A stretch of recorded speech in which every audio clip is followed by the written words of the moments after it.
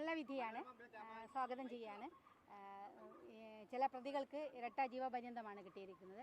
നേരത്തെ വിചാരണ കോടതി ഗൂഢാലോചന ചുമത്താത്ത ആളുകൾക്ക് കൂടി ഗൂഢാലോചന ചുമത്തി ശിക്ഷ വിധിച്ചിരിക്കുകയാണ്. നല്ല ശിക്ഷാവിധിയാണ് കിട്ടിയിരിക്കുന്നത്. കോടതി പറഞ്ഞിരിക്കുന്നു അതിഹീനമായ കൊലപാതകം, രാഷ്ട്രീയ കൊലപാതകങ്ങൾക്ക് അറുതി വരുത്താനുള്ള ഒരു ഉത്തരവായി കൂടി തന്നെ ഇതിനെ കാണണം എന്നുള്ളതാണ്. തീർച്ചയായിട്ടും അതുതന്നെയാണ് ഏറ്റവും പ്രധാനം. കോടതി അതുതന്നെയാണ് കൃത്യമായി സൂചിപ്പിച്ചത്. ബ്രൂട്ടലി ആയിട്ടുള്ള കൊലപാതകമാണ്, ഏറ്റവും ഹീനമാണ്. രാഷ്ട്രീയം പറഞ്ഞതിൻ്റെ പേരിൽ അല്ലെങ്കിൽ അഭിപ്രായ വ്യത്യാസമുണ്ടായതിൻ്റെ പേരിൽ ആരെയും കൊല്ലാൻ പാടില്ല എന്ന് തന്നെയാണ്, ആ സന്ദേശം തന്നെയാണ് ഈ വിധിയുടെ ഏറ്റവും പ്രധാനം. പരമാവധി ശിക്ഷ കൊടുക്കണമെന്നാണ് ആവശ്യപ്പെട്ടിരുന്നത്. അല്ല, ഇനി മറ്റു കാര്യങ്ങളൊക്കെ ഇനിയും അപ്പീലുകൾ കോടതികളുണ്ട്, അതൊക്കെ ആലോചിച്ച് ബാക്കി കാര്യങ്ങൾ തീരുമാനിക്കും. മുഴുവൻ പ്രതികളും നിയമത്തിന്റെ മുമ്പിൽ വന്നു എന്ന് ഇപ്പോഴും കരുതുന്നുണ്ടോ? ഇല്ല, അങ്ങനെ കരുതുന്നില്ല. അതുകൊണ്ടാണ് മേൽക്കോടതിയിലേക്ക് പോകുമെന്ന് പറഞ്ഞത്.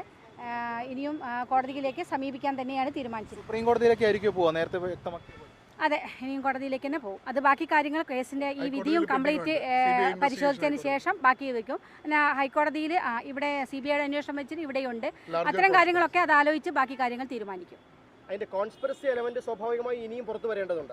അതെ, തീർച്ചയായിട്ടും കോൺസ്പിറസി ഇനിയും പുറത്ത് ഒരു പരിധിവരെ പുറത്ത് വന്നിട്ടുണ്ട്. പക്ഷേ ഇതിനപ്പുറത്തേക്കുള്ള കോൺസ്പിറസി, ലാർജർ കോൺസ്പിറസി, അതാണ് നേരത്തെയും കോടതി പറഞ്ഞത്, അതാണ് ഇനി പുറത്തു വരാനുള്ളത്.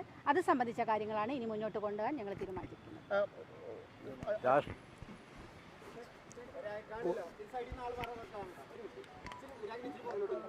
വിധിയെ സ്വാഗതം ചെയ്യുകയാണ്. മറ്റു കാര്യങ്ങൾ വിധി പകർപ്പ് വന്നതിന് ശേഷം എന്തായാലും അപ്പീൽ പോകും. ഒറ്റ കാര്യമുള്ളൂ ഈ അവസരത്തിൽ പറയാനുള്ളത്, കേരളത്തിലെ രാഷ്ട്രീയ കൊലപാതകങ്ങളുടെ അടിവേരറക്കുന്ന വിധിയാണ്. ഇരട്ട ജീവപര്യന്തമാണ് പ്രതികൾ കൊടുത്തിട്ടുള്ളത്. പ്രതികളെ സംരക്ഷിക്കാൻ വേണ്ടി CPIMൻ്റെ ഉന്നത നേതൃത്വം വളരെ സജീവമായിരുന്നു, വിചാരണ കോടതി മുതൽ ഹൈക്കോടതി വരെ. അവരുടെ എല്ലാവിധത്തിലുള്ള തടസ്സങ്ങളെയും അതിജീവിച്ചുകൊണ്ട് ഇനിയെങ്കിലും ചന്ദ്രശേഖരനെ പോലെയുള്ള ഒരു മനുഷ്യൻ്റെ രാഷ്ട്രീയ അഭിപ്രായം പറഞ്ഞതിൻ്റെ പേരിൽ കേരളത്തിൽ നേതൃത്വം കൂടാതെ നടത്തി തട്ടിയെടുക്കാൻ വേണ്ടി പാടില്ല എന്നതാണ് ഈ വിധിയുടെ ഏറ്റവും പ്രധാനപ്പെട്ട കാര്യം. ആ പോരാട്ടം ഭാവി കേരളത്തിലെ രാഷ്ട്രീയ കേരളത്തിന് വേണ്ടിയുള്ള ഒരു വിധിയാണ് ഇന്ന് ഹൈക്കോടതിയിൽ നിന്നുണ്ടായിട്ടുള്ളത്. ഈ കേസുമായി ബന്ധപ്പെട്ടുകൊണ്ട് ഇനിയും കർട്ടന് പിന്നിൽ പ്രവർത്തിച്ച ആളുകളുണ്ട്, അവർ പുറത്തു വരേണ്ടതുണ്ട്. അതിനാവശ്യമായുള്ള നിയമപോരാട്ടങ്ങൾ ഇനിയും തുടരും. അതോടൊപ്പം ഈ വിധിയുമായി ബന്ധപ്പെട്ടുകൊണ്ട് കൂടുതൽ ശിക്ഷ ഉൾപ്പെടെയുള്ള കാര്യങ്ങളെ സംബന്ധിച്ചൊക്കെ വിധി പകർപ്പ് വന്നതിന് ശേഷം ആലോചിച്ച് എന്തായാലും സുപ്രീം കോടതിയിൽ ഇതുമായുള്ള പോരാട്ടം ഞങ്ങൾ തുടരും. അഡ്വക്കേറ്റ് എസ് രാജീവ്, ഇക്കാര്യത്തിൽ എന്താണ് ഈ വിധിയുടെ ഒരു പൂർണ്ണ രൂപം എന്ന് പറയാൻ കഴിയും? അതായത് അതിലൊരു ഒരു വ്യക്തത വരേണ്ടതുണ്ട്, പൂർണ്ണ രൂപം എന്ന് പറയാൻ കഴിയും? വളരെ വിശദമായിട്ട് കൺസിഡർ ചെയ്തിട്ടുള്ള വിധിയാണ്. പ്രോസിക്യൂട്ടറുണ്ട്, അദ്ദേഹത്തിനും പറയാൻ പറ്റും. അതായത് കേരളത്തിലെ രാഷ്ട്രീയ കൊലപാതകം അവസാനിപ്പിക്കണം, അത് ആ ഉദ്ദേശത്തിൽ തന്നെയാണ്. അത് തെളിവുകൾ മുഴുവൻ ഏതാണ്ട് സെപ്റ്റംബർ 4 തുടങ്ങി ഇന്ന് വരെയുള്ള ദിവസങ്ങളിൽ വളരെ വിശദമായിട്ട് വിധികളെല്ലാം പരിശോധിച്ച് ഇതുവരെ സുപ്രീം കോടതി കൊടുത്ത കേസുകളെക്കുറിച്ചുള്ളതും പരിശോധിച്ച് കൊടുത്തിട്ടുള്ളൊരു വിധിയാണ്. ഇത് ആളുകളുടെ കണ്ണ് തുറപ്പിക്കാൻ പറ്റും എന്നാണ് വിശ്വസിക്കുന്നത്. പിന്നെ 1-2 പേരെ അക്വിറ്റി ചെയ്തതിനെക്കുറിച്ചുള്ള അതിനകത്ത് സുപ്രീം കോടതി പോകേണ്ടി വരും, അത് സുപ്രീം കോടതി പോകണ്ടാവും. ബാക്കിയുള്ള വലിയ ലാർജർ കോൺസ്പിറസിയെക്കുറിച്ച് ഇവർ പറഞ്ഞ പോലെ തന്നെ ലാർജർ കോൺസ്പിറസിയെക്കുറിച്ച് അന്വേഷിക്കുന്നുള്ള കാര്യം ഇവിടെ ഹൈക്കോടതിയിൽ പെൻഡിങ് ആണ്. അത് വീണ്ടും അത് ശക്തമായിട്ട് തന്നെ അത് നടത്തിക്കൊണ്ട് പോകാനാണ് തീരുമാനം.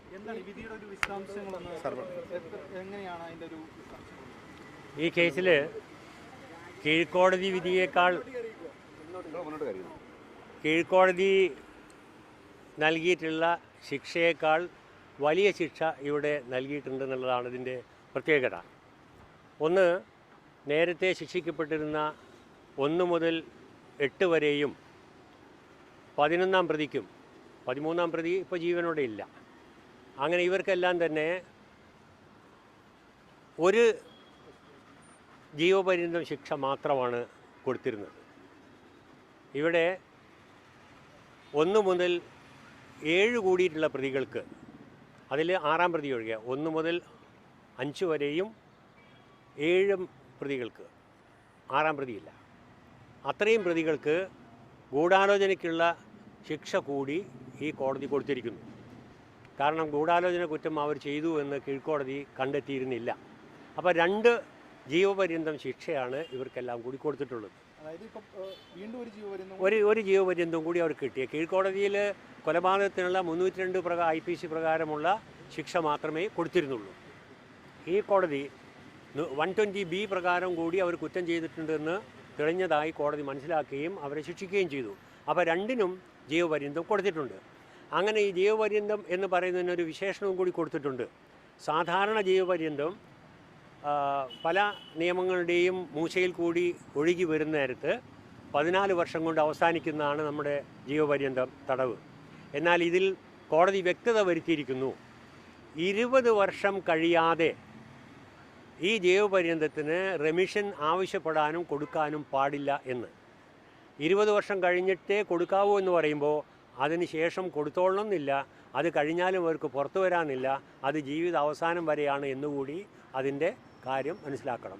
അപ്പോൾ ജീവാവസാനം വരെയുള്ള ശിക്ഷയാണ് അവർക്ക് കൊടുത്തിരിക്കുന്നത്. പറയട്ടെ, പുതുതായി ശിക്ഷിച്ചിട്ടുള്ള 2 പ്രതികൾക്ക്, അതായത് 10-ാം പ്രതിയും 12-ാം പ്രതിയും, ഈ 2 പേർക്കും സാധാരണ നിലയിലുള്ള ജീവപര്യന്തം തടവാണ് വിധിച്ചിട്ടുള്ളത്. അതേപോലെ തന്നെ താഴെ കോടതി 18-ാം പ്രതിയായിരുന്ന ഒരു റഫീഖിന് ജീവപര്യന്തം തടവ് ശിക്ഷ നൽകിയിരുന്നു. ഈ 3 പേർക്കുമുള്ള ജീവപര്യന്തം തടവ് സാധാരണ നിലയിൽ വിശേഷണങ്ങളില്ലാത്ത ഒരു ജീവപര്യന്തം തടവാണ്. അതിന് സർക്കാരിന് റെമിഷനാവാം, മറ്റെല്ലാ ആനുകൂല്യങ്ങൾക്കും അവകാശമുണ്ട്. അതിൻ്റെ മേലെ ഒരു ഫെറ്റേഴ്സും കോടതി വച്ചിട്ടില്ല. അതായത് 1 മുതൽ 5 വരെ 7, 8 അല്ലേ? അതെ. ആകെ 7 പ്രതികൾക്കാണ്. ആ 7 പ്രതികൾക്കാണ് കൂടുതലായി 120Bയിലുള്ള ശിക്ഷ കൊടുത്തിട്ടുള്ളത്. 1 to 8-ഉം 11-നും ജീവപര്യന്തം ശിക്ഷയുണ്ട്. അത് ജീവാവസാനം വരെയുള്ളതാണ്. 20 വർഷം കഴിഞ്ഞിട്ട് മാത്രമേ അവർക്ക് റെമിഷന് അവകാശമുള്ളൂ. അത്രയും വ്യക്തമാക്കി കോടതി പറഞ്ഞിരിക്കുന്നു. വളരെ ബാലൻസ് ആയിട്ടുള്ള ഒരു ജഡ്ജ്മെൻ്റ് ആയിട്ടാണ് ഞാനതിനെ കാണുന്നത്. പിന്നെ ഇതിൻ്റെ കൂടെ തന്നെ അവർക്ക് പിഴ ശിക്ഷയും ചുമത്തിയിട്ടുണ്ട്. താഴെ കോടതി പറഞ്ഞിട്ടുള്ള പിഴയേക്കാൾ കൂടുതൽ പിഴ കോമ്പൻസേഷനായിട്ട് കൊടുക്കണം എന്ന് പറഞ്ഞിട്ടുണ്ട്. ഇത് വിക്ടിം രമയ്ക്കും രമയുടെ മകനും ഒക്കെ തന്നെ 10 ലക്ഷം രൂപയും 5 ലക്ഷം രൂപയും വീതം 7 ആണിപ്പോൾ കൊടുക്കാൻ പറഞ്ഞത്. 7-യും 5 ലക്ഷം രൂപ വീതം കൊടുക്കാൻ വേണ്ടിയിട്ടുള്ള ഒരു വർദ്ധിപ്പിച്ചിട്ടുള്ള നഷ്ടപരിഹാരമായി കൊടുക്കാൻ വേണ്ടി ഉത്തരവിൽ ഉണ്ട്. ടോട്ടൽ 12.5 ലക്ഷം എന്നാണ്. അത് എത്രയുള്ള പണത്തിനല്ല നമുക്ക് ഇവിടെ കോമ്പൻസേഷന് വേണ്ടിയിട്ടല്ലല്ലോ നമ്മൾ കേസ് നടത്തിയതും അതിൽ വലിയ ഇതുണ്ട്. പിന്നെ 13-ാം പ്രതി കുഞ്ഞനന്ദൻ മരിച്ചുപോയി, തടവ് ശിക്ഷ അനുഭവിച്ചുകൊണ്ടിരിക്കെ അതിൽ കക്ഷി ചേർന്നിട്ട് ഈ അപ്പീൽ തുടർന്ന് നടത്താൻ വേണ്ടി അദ്ദേഹത്തിൻ്റെ ഭാര്യ ഹർജി കൊടുത്ത് കക്ഷി ചേർന്നിട്ടുണ്ട്. അതുകൊണ്ട് ഇപ്പോൾ ആ കൊടുക്കാമെന്ന് കൽപ്പിച്ചിട്ടുള്ള പിഴ ശിക്ഷ അവരിൽ നിന്ന് ഈടാക്കണമെന്നാണ് ഉത്തരവുള്ളത്. ഒരു കാര്യം കൂടി ഉള്ളത്, രാഷ്ട്രീയ കൊലപാതകമാണ് എന്നത് ഹൈക്കോടതി ഉറപ്പിച്ച് പറഞ്ഞിരിക്കുകയാണ്. CPM ഇതുവരെ പറഞ്ഞത് ഇതിൽ ഞങ്ങൾക്ക് പങ്കില്ല എന്ന വാദഗതി പാടെ പൊളിയുകയാണ്. പൂർണ്ണമായിട്ടും CPIM ആലോചിച്ച് നടപ്പിലാക്കിയ ഒരു കൊലപാതകമാണ് ഇത് എന്ന് വളരെ കൃത്യമായി ഹൈക്കോടതി വിധിയിലൂടെ മുന്നോട്ട് വെച്ചിരിക്കുകയാണ്. അതുകൊണ്ട് ഒരു കാര്യം ചെയ്യേണ്ടത്, CPM ഇനിയെങ്കിലും ഈ ഏർപ്പാട്, രാഷ്ട്രീയ എതിരാളികളെ കൊന്നൊടുക്കുക എന്ന് പറയുന്ന ഏർപ്പാട് നിർത്തി കേരളീയ ജനതയോട് മാപ്പ് പറയാൻ തയ്യാറാകണം എന്ന ഒരു അപേക്ഷ അവരുടെ നേതൃത്വത്തോട് പറയുകയാണ്. ഏതായാലും ഈ ഒരു വിധി കൊണ്ട് നാട്ടിലുള്ള മുഴുവൻ ആളുകൾക്കും കോടതി നൽകിയിരിക്കുന്ന ഒരു സന്ദേശം, ഇതുപോലുള്ള കൊലപാതകങ്ങൾ വളരെ വളരെ കോസ്റ്റ്ലിയാണ്, വളരെ ചിലവേറിയതാണ്, ഒരുപാട് ചിലവുകൾ അവർക്ക് ചെയ്യേണ്ടി വരും എന്നുള്ള ഒരു സന്ദേശമാണ് നൽകിയത്. എളുപ്പത്തിൽ മറ്റൊരു കൊലപാതകം നടക്കുന്ന മാതിരി അങ്ങ് രക്ഷപ്പെട്ടു പോകാൻ കഴിയില്ല എന്ന സന്ദേശം ഈ രാഷ്ട്രീയ കൊലപാതകങ്ങൾക്ക് അറുതി വരുത്തണമെന്ന് ഒരുപക്ഷെ കോടതി ഉള്ളിൽ കരുതിയിട്ടുണ്ട്. അതിൻ്റെ സൂചനകളാണ് ഈ വിധിയിലുടനീളം നിഴലിച്ച് കാണുന്നത്. Thank you. എല്ലാവർക്കും നന്ദി കൂടി പറയുകയാണ് ഈ അവസരത്തിൽ. ഞങ്ങളുടെ കൂടെ ഈ നിയമ പോരാട്ടത്തിൽ ഞങ്ങളോടൊപ്പം നിന്ന ഞങ്ങളുടെ special prosecutor advocate Kumarankutty, advocate S Rajeev, advocate Safal, advocate Rajeev വക്കീലിൻ്റെ ഓഫീസിലുള്ള വലിയൊരു ടീം, അതുപോലെ തന്നെ ഈ വിചാരണയുമായി ബന്ധപ്പെട്ട് മുന്നോട്ട് പോയ പോലീസ് ഉദ്യോഗസ്ഥന്മാർ, ഇതിൻ്റെ കൂടെ നിന്ന് എല്ലാവർക്കും, മാധ്യമ പ്രവർത്തകർക്ക്, ഞങ്ങളുടെ കൂടെ നിന്ന് എല്ലാവർക്കും ഈ അവസരത്തിൽ, പൊതുസമൂഹത്തിന് എല്ലാവർക്കും ഈ അവസരത്തിൽ നന്ദി പറയുകയാണ്. ഈ നിയമ പോരാട്ടത്തിൽ ഞങ്ങളോടൊപ്പം ഞങ്ങളുടെ കൂടെ ഉണ്ടായിരുന്ന എല്ലാ മനുഷ്യർക്കും, എല്ലാ നല്ലവർക്കും നന്ദി പറയുന്നു.